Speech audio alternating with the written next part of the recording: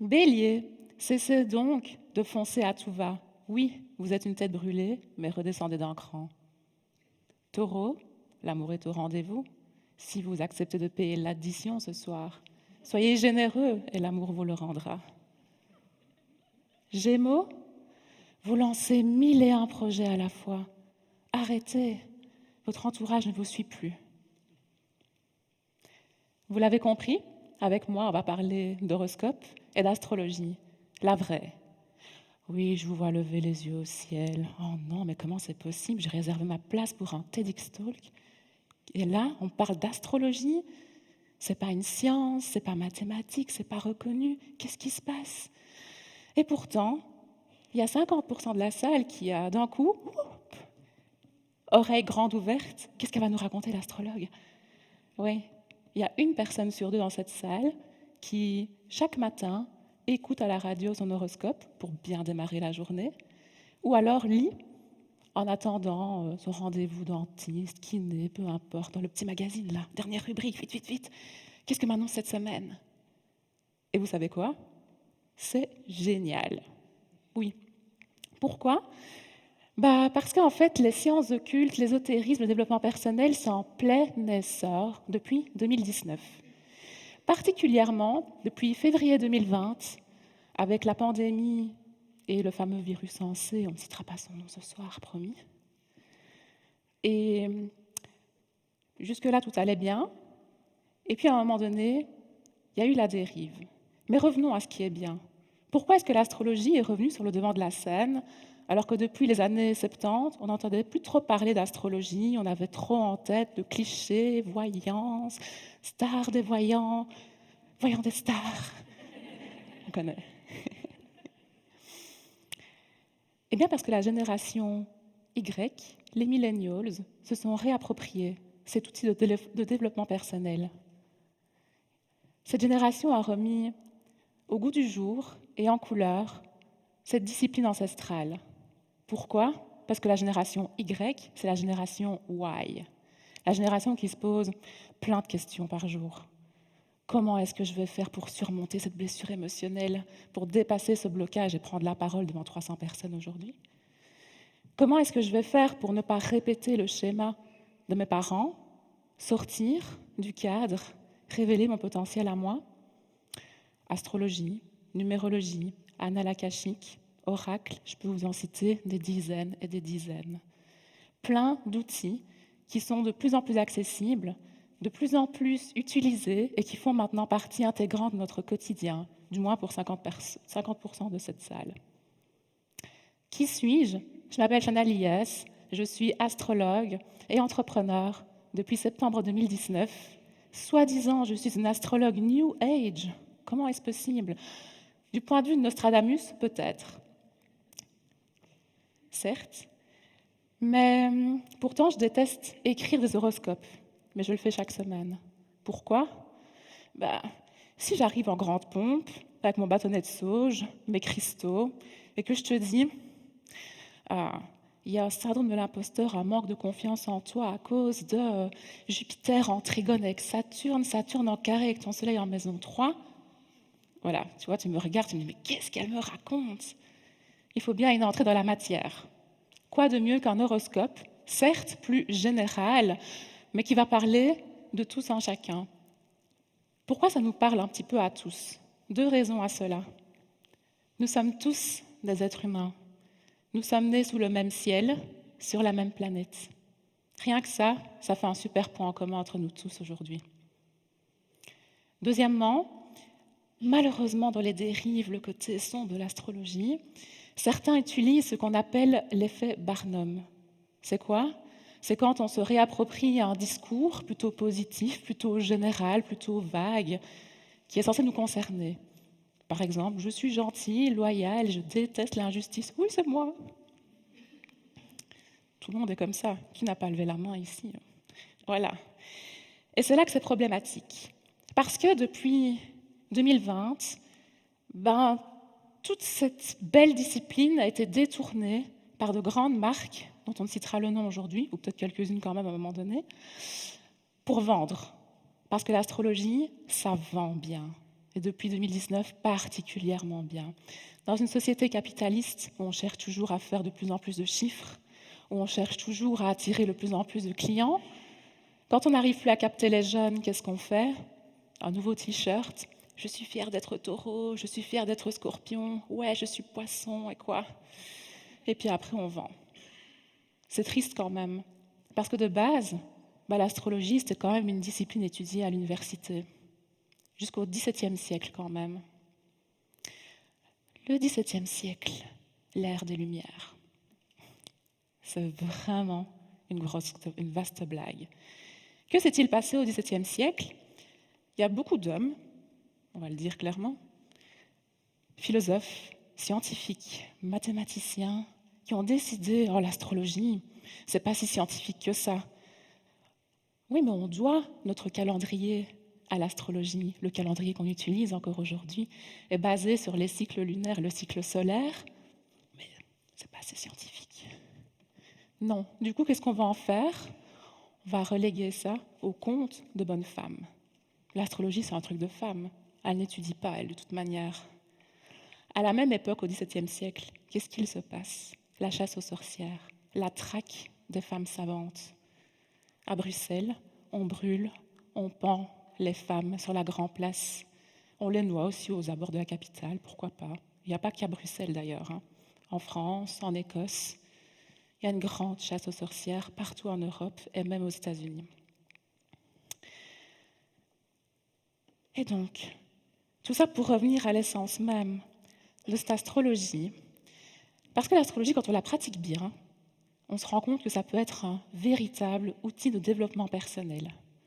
Ça peut être quelque chose qui vient mettre en lumière des choses qu'on garde en soi, qu'on refoule, sur lesquelles on n'arrive pas à mettre un peu de lumière. C'est pour ça qu'aujourd'hui, beaucoup de femmes se réapproprient cet outil, parce qu'on essaye de casser les dictats, les plafonds de verre. Et donc, oui, je peux vous dire que 80% des consommatrices d'astrologie sont des femmes. Ça les aide d'une certaine manière à récupérer leur pouvoir, mais pas que.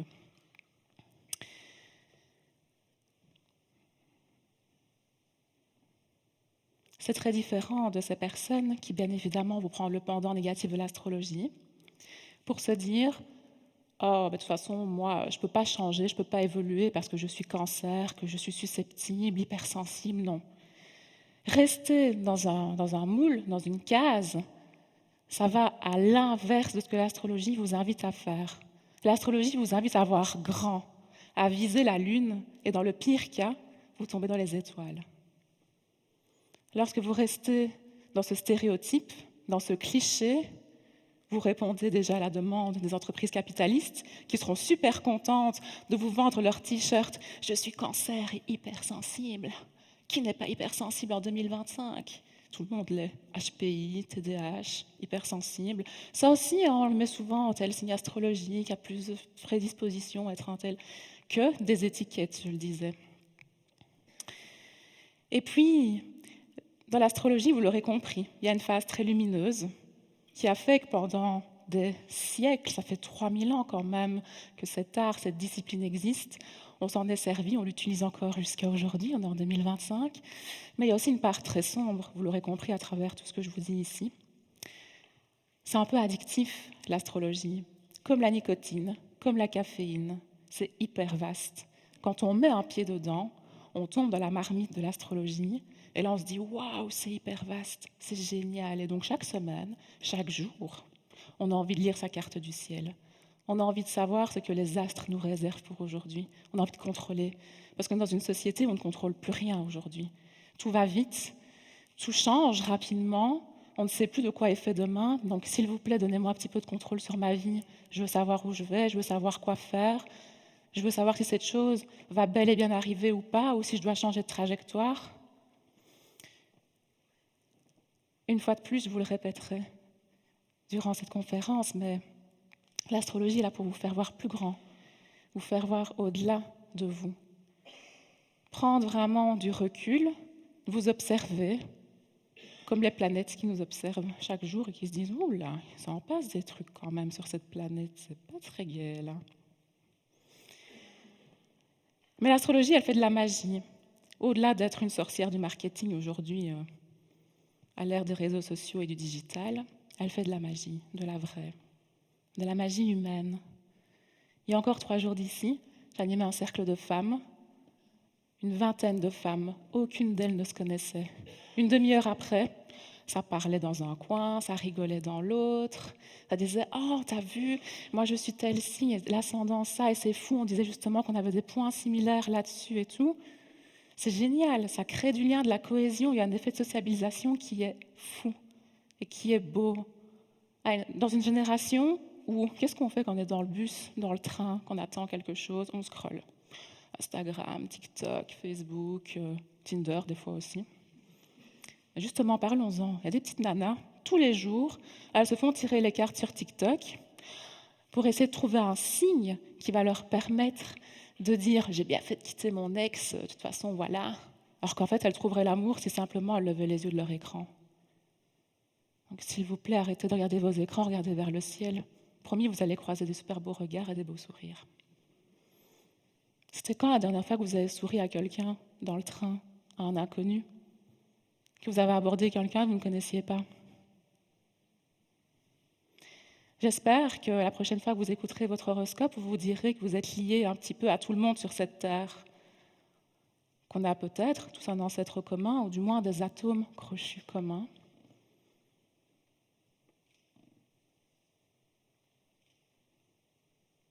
J'espère que quand quelqu'un captera votre attention et que vous ne saurez pas comment aller vers cette personne-là, vous aurez une question à lui poser. Vous lui direz peut-être, ou le dire « Comment tu vas ?» ou d'envoyer un vieux message tout froid, là, un message privé, là. « Tu fais quoi ?» Tu diras peut-être « C'est quoi ton signe astrologique ?» ou « T'es né quand ?» Parce que quand on pose cette question-là, on va bien plus loin que le « Comment tu vas ?» On sait que la personne va nous répondre bien ou bien, même si elle ne va pas bien. Quand on demande à quelqu'un « C'est quoi ton signe astrologique ?» on s'intéresse vraiment à cette personne-là. On veut savoir comment elle fonctionne, sous quel ciel elle est née, dans quel contexte social, qu'est-ce qui l'anime, qu'est-ce qui la fait vibrer au fond. C'est bien plus profond que « Comment tu vas ?» Oh, je ne sais pas, bien. Ok, bien, moi aussi, plus rien à dire. Je vous défie de le faire, hein. Demandez à quelqu'un son signe astrologique. Dans le pire cas, cette personne ne croira pas à l'astrologie, fera partie des 50% un peu réfractaires et rigolera.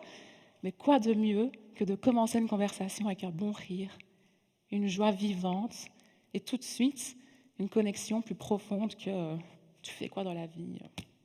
Je sais pas.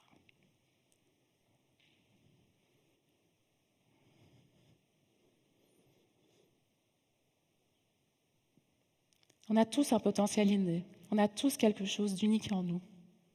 On a tous des choses qui nous rassemblent, c'est normal. On a la même espèce, on a le sang de la même couleur. C'est beau de s'en rappeler, l'astrologie, c'est ce qu'elle fait. Elle fait le lien entre nous, en tant qu'être humain, le cosmos, la nature qui nous entoure. Je peux vous assurer que oui, j'ai la tête dans les étoiles, j'adore regarder les constellations, les lunes, l'emplacement du soleil, la golden hour, tout ça, ça me connaît. Mais j'adore justement rêver, revenir dans le concret, planter mes pieds dans le sol et observer, ah c'est cool, les fleurs sont sur les arbres, ça sent bon dehors, les oiseaux chantent, c'est la saison du taureau, c'est le moment des récoltes, de l'abondance. J'ai envie de partager ça avec mes proches, de les prendre dans mes bras, leur offrir des fleurs, ça fait longtemps. Je ne me rappelle même pas quand j'ai reçu des fleurs la dernière fois.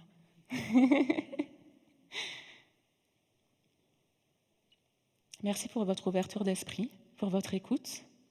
Et juste les vierges là, qui ont quitté la salle là, parce qu'elles ont trop de trucs à faire et que voilà, elles sont débordées. On vous connaît, hein, toujours un truc à la minute. Et juste pour terminer, faire un TEDx Talk, c'est vraiment un truc de Capricorne.